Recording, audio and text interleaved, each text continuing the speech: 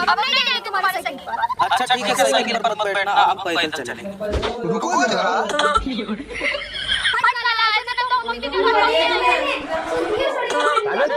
अरे काहे परेशान हो रही हैं? 35 किलोमीटर तो हम चल आए हैं, बस 2 किलोमीटर और बचा है।